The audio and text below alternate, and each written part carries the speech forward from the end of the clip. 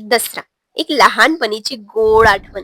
आपल्या नातवंडांसाठी आजोबांचं प्रेम जसं वाहूनच येते या दिवशी. मी लहान असताना माझ्या नानूंनी कधीच माझा दसरा रिकामा जाऊ दिला नाही.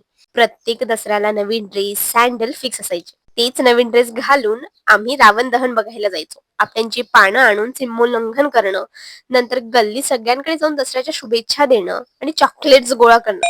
चॉकलेट्स इतक्या जमा व्हायचे की ज्यामुळे आम्हा बहिणींमध्ये भांडण व्हायचं. मी एवढ्या कसरतीने चॉकलेट लपवायचे, पण ती इतकी हुशार की शोधून काढून ती फस्त करायची. लहानपणीच्या आठवणी गोड होत्या ना. तसंच काही आमचा शिव आज अनुभवत होता. आज आजोबांसोबत ड्रेस घ्यायला जाताना त्याच्या चेहऱ्यावरचा आनंद वेगळाच होता. आपले आजोबा आपले प्रत्येक हट्ट पुरवतात हे त्याला माहित.